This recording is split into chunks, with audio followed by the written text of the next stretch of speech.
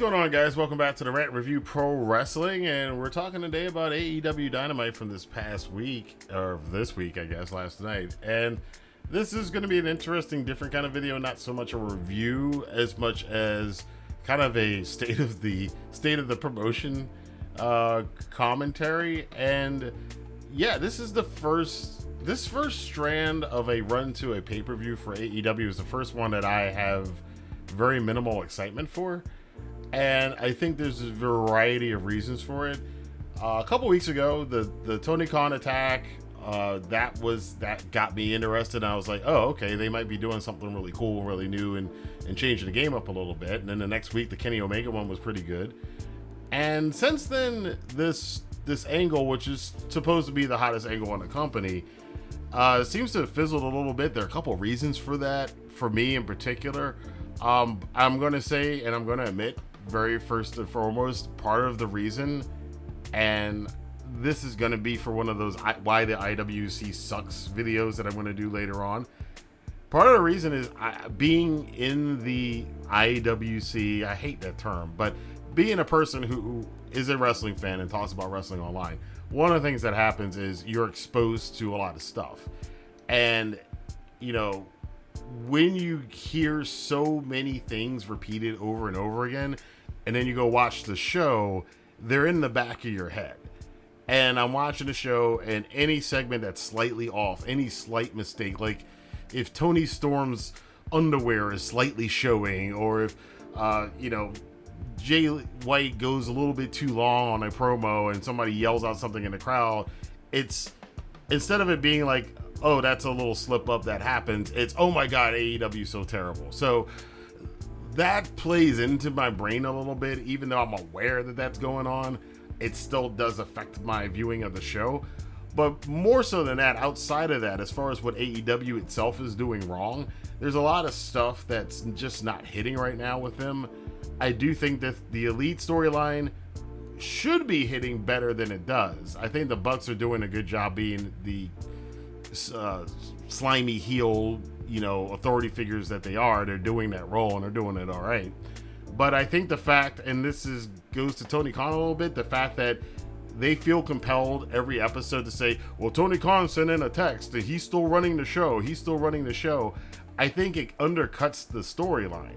Because if the whole storyline is that the Bucks as EVPs are trying to take over the company, it doesn't help when Tony Khan still has power and he's still around. Dumped him on his head and he's still sending in video messages and text messages and making matches and stuff, and they make it a point to let you know that he's doing it.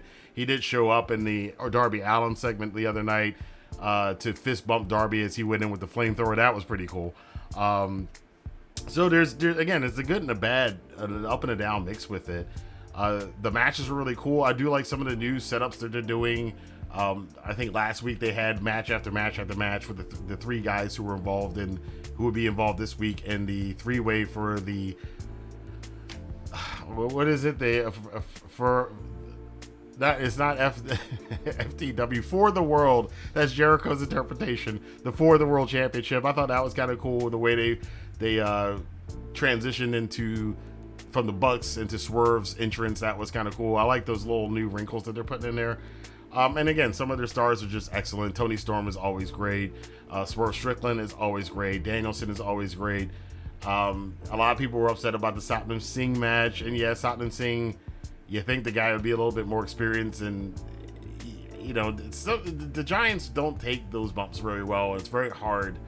There's only one Andre the Giant, and there aren't a lot of them. So, yeah, there were definitely downsides to the match. And just overall, I didn't feel in particular like I really was excited about Double or Nothing coming up. Again, there were a couple segments. Swerve and Christian segment was great. A lot of parking lot segments on the show. It did feel like an old WCW Nitro show in some respects. But overall, and the Malachi Black thing with Adam Copeland going back to his Brood roots and doing a bloodbath on Malachi Black. I thought that was kind of cool. It felt very WWE-esque, but that's okay. AEW is supposed to be all kinds of wrestling, and sports entertainment is one kind of wrestling.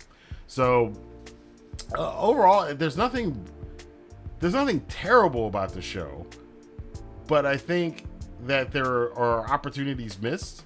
And I think because for those of us who are reading and watching and listening to this banter about the company every day for months, that these little things pile up. And it is reflecting in the audiences, it's reflecting in their ratings, it's reflecting in everything else. So I think at the end of the day, I think probably there's changes that still need to happen with AEW. They have these real flashes of brilliance, but again, as I've always said, the problem with AEW isn't a lot of the stuff that you hear online. It's consistency and follow-up. And setup and delivery, I guess, is also a thing I mentioned in the last video. But I think there's just something is just missing right now. And it's very hard for me to kind of put my finger on it because I'm in this world that we're all in. Obviously, you're in it because you're listening to this video. But we're in this world, and this world is inundated with a lot of negative speak and highlighting, exacerbating every little tiny thing that AEW does wrong, which I think doesn't help AEW because the things that they do wrong that they should fix, it then gets kind of lost in all the noise. So, I'm going to watch Double or Nothing now. Again, the good thing about AEW is that the pay-per-views, despite what the problems they're having with their weekly TV, their pay-per-views are always 9 times out of 10 are always bangers. So for that reason, I'm looking forward to Double or Nothing. But the build to it, it's bad. I don't know. It's well, the build isn't bad, but the fact that I'm not as excited about this AEW pay-per-view as I usually am when AEW pay-per-views come around is concerning for me. So I don't know what they need to do as far as what they need to do. I mean, I know what I would do, but I'm not working in AEW. I don't run AEW. I'm not booking AEW. I'm sure many people watching this video and a lot of people who aren't going to watch this video, we all have these ideas and go, they should do this, they should book this way, they should set up this storyline, they should do this, but none of us have the power to do that. We would all love AEW to do these things, but it's up to Tony Khan to identify these things, and maybe he should reach out. I mean, maybe that's the only thing I think they could do, is that Tony Khan might need to reach out to other people and say, hey, look, audit this show. I trust your vision. I trust your vision. I trust your vision. I understand that you guys are for AEW. You want AEW to be as good as it can be. Maybe he should reach out and say, hey, audit the show creatively and let me know what you think we should do. I don't know. Again, back to the whole thing of him making a point that he's still making matches and in charge of AEW, even though the angle is supposed to be that the Bucks are taking over. I don't know if that's an indication of whether or not that he maybe it's an ego thing, that he can't even do it in kayfabe and just, take himself out of a on-screen role in the company. He can't take it out and let the show exist without him, because it's his baby. And I completely understand that. As some of y'all know, I'm an author. I have a book series. I wouldn't, writing my book series, I'm on book 5 right now of a 10-book series. I don't want to get to like the book 6 and then I have to go give it off to somebody else to write it. It's my series. So I understand that from his perspective, that he's not going to want to do that. But pro wrestling's a little bit different than writing a book, because I can write a book, I can write my book series, but I'm the only person responsible for it. Whereas with running a wrestling company, thousands of people are dependent upon your creative, so it's a little bit different. You can't just do whatever you want to do. Sometimes maybe you have to take a back seat and say, well, I'm not doing this thing right. It's not working. Maybe somebody else can come in and give some ideas. Not totally give up your position, but I don't know. We'll see what happens with Double or Nothing coming up this weekend. But as far as a brief synopsis of what my thoughts on AEW Dynamite as a go-home show, I thought it was pretty cool. I thought it was a good go-home show. I do think some of the matchups are a little bit weird. The only ones that really feel like they make sense right now is Malachi and Copeland. Mercedes and Willow, I think they could have done a little bit more this week to kind of push that over the top. I felt like they blew their wad on the go home segment. That was last week's show with Willow putting Mercedes through a table. So I don't know, but we'll see. I will be reviewing it this weekend. I have definitely got to get my Best of the The problem with my Best of the Super Juniors, I know a lot of you New Japan fans want me to review Best of the Super Juniors. I have been watching it. and catching up on it. The problem with it is every time I go to make a video, another night happens. So then whatever I put in the video is already outdated by the time it would go up. So I might just do a full synopsis of Best of the Super Juniors right before the finals, which is happening at Dominion on June the 6th, I believe. So we'll see that. I'll probably try to do something like that in the future. But I want to know what you guys think.